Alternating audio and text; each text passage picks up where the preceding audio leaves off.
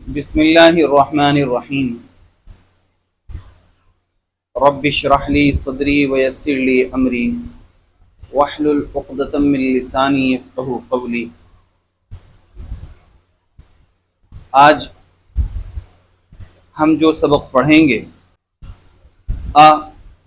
حل اور انا کو لے کر پڑھیں گے۔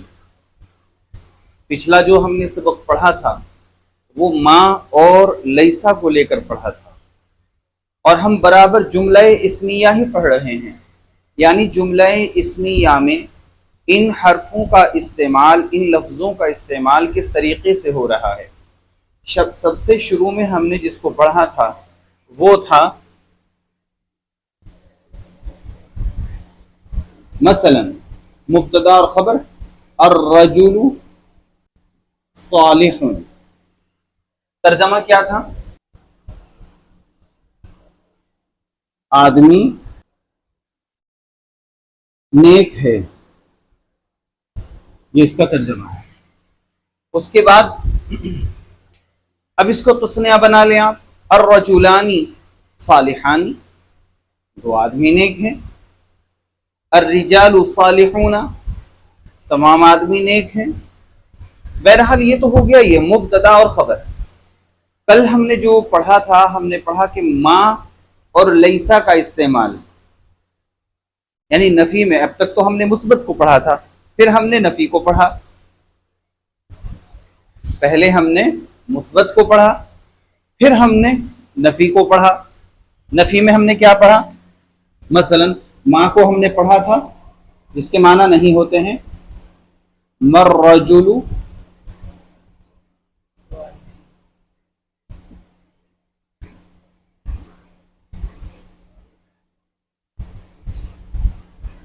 صالحا، آدمی نیک نہیں ہے۔ ترجمہ کیا ہوگا؟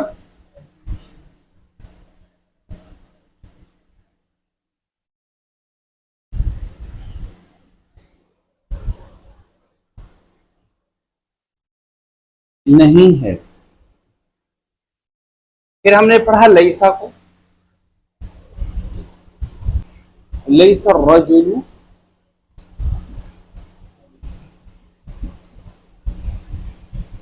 صالحا،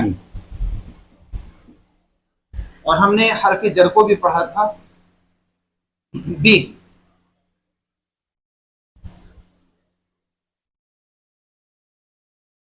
اس کا مطلب ہم آپ کو جب سمجھائیں گے، جب حروف جارہ پڑھائیں گے آپ کو، لیس الرجل صالحا، آدمی نیک نہیں ہے۔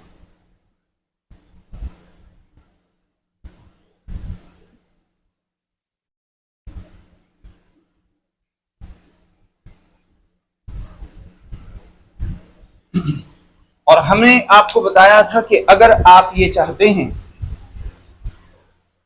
کہ خبر کے اعراب کو آپ جر میں لائیں، تو ہم نے بتایا تھا بی کا استعمال کریں۔ جیسے مثال کے طور پر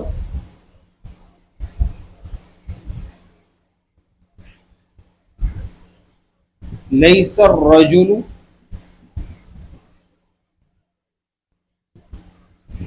بالصالح، ٹھیک ہے۔ اس کا ترجمہ بھی یہی ہوگا کہ آدمی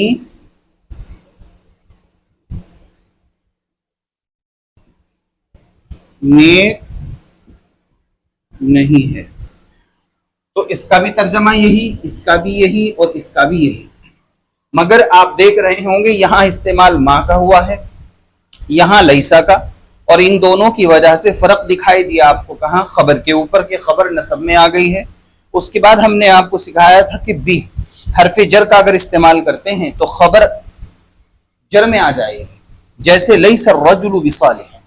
آج ہم جو پڑھیں گے، آج ہم پڑھیں گے ہل ان، یہ حروف استفہام ہیں۔ یہ حروف استفہام، استفہام کے معنی آتے ہیں سوال کرنا، اور حروف استفہام وہ ہیں جن کے ذریعے سوال کیا جاتا ہے۔ میں آپ سے اردو میں ایک سوال کرتا ہوں، کیا وہ آدمی آیا تھا؟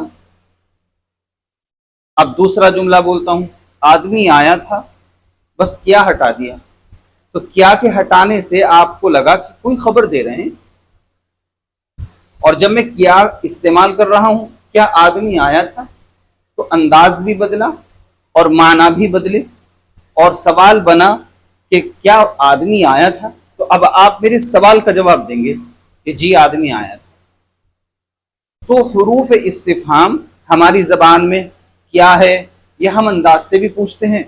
انداز میں کیسے ہم کیا کے معنی پیدا کرتے ہیں، دیکھو آدمی آیا تھا اور آدمی آیا تھا، تو میں نے بات ایک ہی بولی ہے لیکن انداز سے اس کے اندر گویا روح ڈالی ہے، ایک میں سوال کی اور ایک میں خبر کی۔ تو عربی میں کیا ہوتا ہے کہ عربی میں حروف استفہام بہت ہیں، لیکن فی الحال ہم جملہ اسمیہ میں چونکہ پریکٹس کر رہے ہیں برابر، تو ہم حروف استفہام دو لے رہے ہیں، اور حل۔ جس کے معنی کیا ہیں، اور حل جس کے معنی بھی کیا ہیں، اور ایک لے رہے ہیں حرف مشبہ بالفعل جس کو کہتے ہیں انا، اس کے معنی آتے ہیں بے شک۔ تو آج ہم ان کا استعمال کریں گے تاکہ ہمیں معلوم ہو جائے پریکٹس سے کہ ہاں یہ چیزیں اس طرح استعمال ہوتی ہیں۔ جیسے مثال کے طور پر، اچھا اب آپ کے ذہن میں ایک بات اور آ رہی ہوگی کہ یہ بھی بتا دیں آپ، جیسے آپ نے پچھلے سبق میں سمجھایا تھا کہ ما اور لیسا کی وجہ سے خبر کے اوپر فرق پڑتا ہے، خبر نصب میں آ جاتی ہے۔ تو ہم نے یہ بھی کہا تھا کہ یہ اتنے پاورفل ہیں، اس وجہ سے ایسا ہوتا ہے۔ حل اور یہ اتنے طاقتور نہیں ہیں، بس یہ تو ایسا ہے کہ چلو بھائی ہم بھی آ گئے، تم جس حالت میں ہو اسی حالت میں رہو۔ تو یہ تو بہت آسان ہیں، ان کا اثر کوئی خاص کسی مبتدا یا خبر پر نہیں پڑتا ہے۔ جیسے مثال لو، ہم لے لیتے ہیں،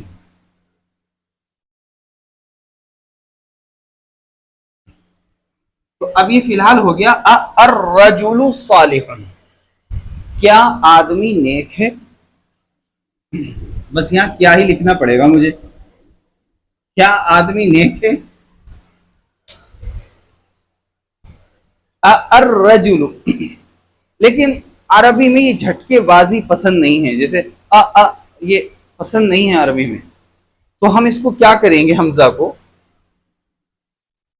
دونوں کے زبر ختم کریں گے اور اس کو کھڑا زبر دے دیں گے، اور رجل صالح۔ بہت آسان سا قاعدہ ہے، سیدھا سیدھا جملہ اسمیہ ہو اس پر لگا دو، وہ سوالیہ جملہ بن جائے گا، اور اگر ایسا ہو کہ حمزہ وصلی بھی ہو فوراً، تو الرجل کہنے کے بجائے الرجل صالح کہہ لیں گے، جس کے معنی یہی ہوں گے کیا آدمی نیک ہے۔ اچھا اب یہاں ایک اور مثال لے لیتے ہیں، حمزہ کے علاوہ حل لگا لیتے ہیں، یہاں یہ حل آ گیا ہے، اب ہو گیا یہ حل الرجل صالح، حل کے معنی بھی کیا کہیں، تو اب کیا ہوگا، کیا آدمی نیک ہے، لیکن حل الرجل کہنے میں بھی بڑی دقت ہو رہی ہے، تو ہم نے ایک قاعدہ بتایا تھا آپ کو، کیا تھا وہ قاعدہ، ہاں الساکن اذا حرک حرک بالکسر، یعنی جب کسی ساکن کو حرکت دی جاتی ہے تو زیر سے حرکت دی جاتی ہے۔ تو یہاں بھی جیسے او میں ہم نے واو کو حرکت دی تھی زیر سے، ایسے یہاں بھی اس کو زیر سے حرکت دیں گے اور کہیں گے حل الرجل صالح، کیا آدمی نیک ہے۔ یہ بات کنفرم ہے کہ یا حل ان دونوں کی وجہ سے نہ تو مبتدا پہ کوئی فرق پڑتا ہے نہ خبر کے اوپر کوئی فرق پڑتا ہے۔ آپ دیکھ رہے ہوں گے مبتدا صاحب بھی اپنی حالت میں ہے اور خبر بھی۔ ایسے تو یہ ما اور لیسا ہی ہیں کہ جب کسی پر داخل ہوتے ہیں تو اسے خبر کو کہہ میں لے آتے ہیں، حالت نصب میں لے آتے ہیں۔ یا یہ بھی بظاہر تو بہت چھوٹی سی دکھ رہی ہے یہ بھی، لیکن یہ بھی خبر کی حالت بدل دیتی ہے، جر میں ہی لے آتی ہے۔ بہرحال یہ مثالیں آسانی کے لیے ہم اس دیتے ہیں تاکہ آپ بات کو سمجھیں۔ اچھا کو بھی ہم نے سمجھ لیا، حل کو بھی ہم نے سمجھ لیا، اب ہم سمجھیں گے بے شک انا کو۔ اچھا ایک سوال اور امتحان کے لیے بنا لیتے ہیں، ہمیں کہنا ہے کیا آدمی نیک نہیں ہے، کیا آدمی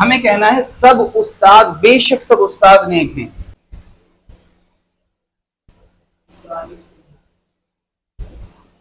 ان المعلمین صالحون، بے شک سب استاد نیک ہیں. تو انا کو ہم سمجھ گئے کہ انا جب کہیں پر آتا ہے تو وہ اس کو نسب میں لے آتا ہے. ٹھیک ہے، اس کو کیا میں لے آتا ہے؟ جی ہاں، نسب میں لے آتا ہے اس کو. تو الحمدللہ آپ سمجھ گئے ہیں کہ بی حرف جر ہے. جب یہ کسی پر داخل ہوتا ہے تو اس کا اثر خبر پہ دکھائی دیتا ہے، وہ جر میں آ جاتی ہے. اس کے بعد ما اور لیسا ہیں. جب یہ دونوں کے دونوں جملہ اسمیہ پر آ کر داخل ہوتے ہیں تو خبر کو کہہ میں لے آتے ہیں؟ نسب میں لے آتے ہیں. اور حل یہ اتنے پاورفل نہیں ہیں کہ ان کا کوئی خاص اثر دکھائی دے. یہ تو جس پہ آ جاتے ہیں بس تم اپنی حالت پر رہو، ہم اپنی حالت پر رہتے ہیں. باقی ایک سوالیہ جملہ وہاں پیدا ہو جاتا ہے. ان صاحب جو ہیں یہ اتنے پاورفل ہیں کہ بس یہ مبتدا ہی کی حالت کو بدل ڈالتے ہیں. یہ کیا کر ڈالتے ہیں؟ مبتدا کی حالت کو بدل ڈالتے ہیں. خیر، اللہ تعالی عمل کی توفیق نصیب فرمائے. اب تھوڑی سی ہم مشق کر لیتے ہیں. یہ لکھا ہے، کیا لکھا ہم نے؟ مَاللَّهُ بِغَافِلٍ، اللہ غافل نہیں ہے. تو ماں کا اثر کہاں دکھ رہا ہے؟ خبر پر.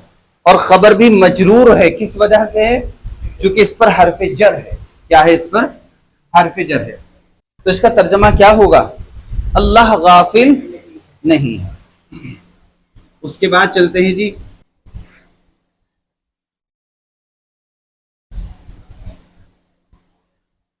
الفئۃ کثیرۃ، الفئۃ کثیرۃ. الفئۃ کیا ہے؟ مبتدا ہے اور معرفہ ہے. دیکھو غور کرو، یہ حالت رفع میں ہے، یہ بھی رفع میں ہے. اس کے بعد یہ جنس کے لحاظ سے مؤنث ہے، یہ بھی مؤنث ہے. واحد ہے، یہ بھی. وسعت کے لحاظ سے یہ معرفہ ہے، یہ نکرہ ہے. تو کس قاعدے کے زبرے میں آیا؟ جملہ اسمیہ کے. تو یہ مبتدا ہے، یہ خبر ہے. اور ترجمہ کیا ہوگا؟ جماعت بڑی ہے. اب ہمیں اس کو کہنا ہو کہ کیا جماعت بڑی ہے تو کیسے کہیں گے؟ بس حل لگا دیں گے. کیا لگا دیں گے؟ حل.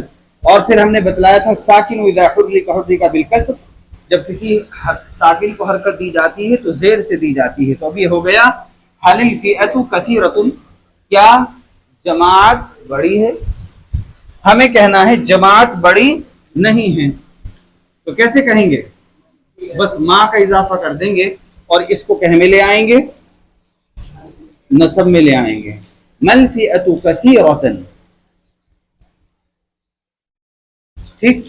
مل فئۃ کثیرۃ، کہ جماعت بڑی نہیں ہے. اور اگر ہمیں کہنا ہو کیا جماعت بڑی نہیں ہے تو پھر یہاں اس سے پہلے حل لگا دو. حل مل فئۃ کثیرۃ. اور اگر حرف جر لگا دیں گے تو ہو جائے گا بھی کثیرۃ. کیا ہو جائے گا؟ پلس اگر ہم بھی لگاتے ہیں تو کیا ہو جائے گا؟ ہاں، بھی کثیرۃ.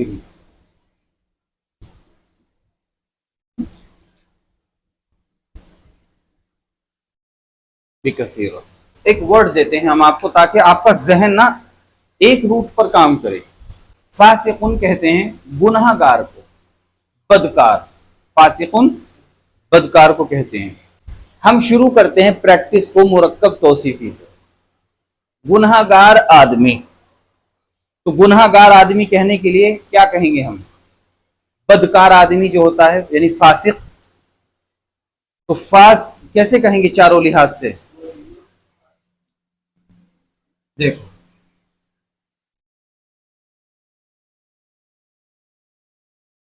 الرجل الفاسق،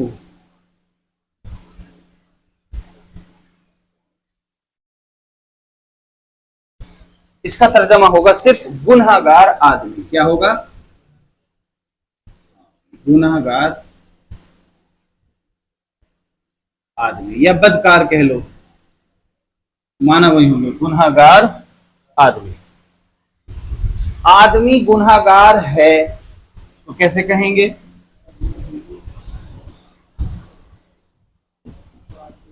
اور رجل خبر کو کہیں ملائیں گے نکیرہ فاسق آدمی گنہگار ہے.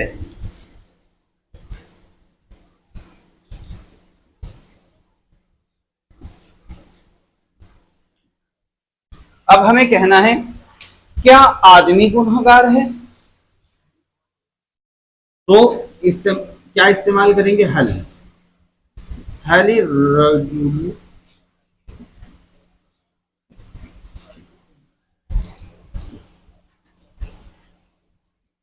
فاسق. ترجمہ ہوگا کیا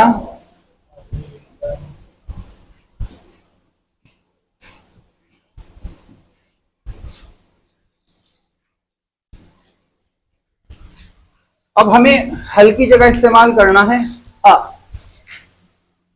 کیا استعمال کرنا ہے میں لکھتا بھی جاؤں مرکب توصیفی. اور یہ کیا ہے بھائی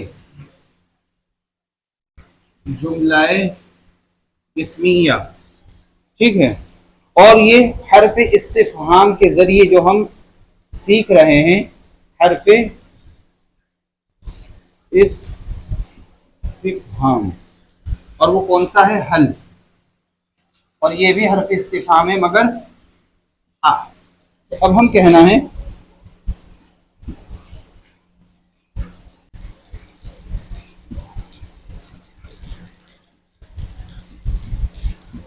کیا آدمی گنہگار ہے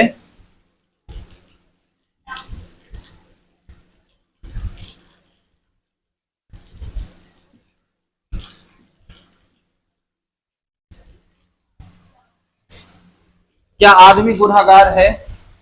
پہلے ہم نے مرکب توصیفی پڑھا چاروں لحاظ سے بالکل برابر ہے.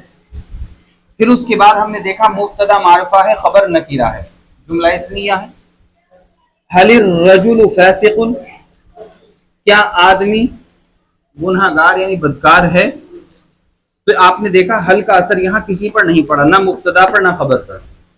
اور اسی طرح آپ نے یہ پڑھا الرجل فاسق اس کے بارے میں ہم نے تمہیں سمجھایا تھا کہ جو ہے یہ جھٹکے سے اچھے نہیں لگتے عربی کے اندر تو اس لیے اس کو آپ کھڑا زبر دے دیں گے اور یہ ہو جائے گا الرجل فاسق. تو اب ہم استعمال کریں گے ما اور لیسا کا. تو پہلے استعمال کرتے ہیں ما کا مر رجل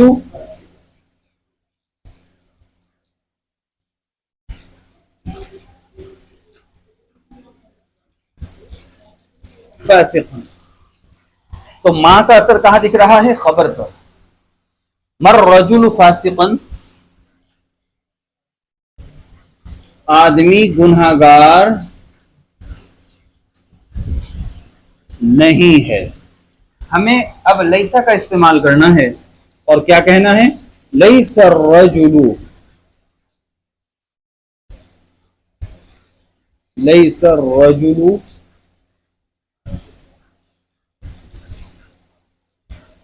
فاسقا. اس کا بھی ترجمہ یہی ہوگا کہ آدمی گنہگار نہیں ہے. ہمیں کہنا ہے بے شک آدمی گنہگار ہے تو کیسے کہیں گے ان الرجل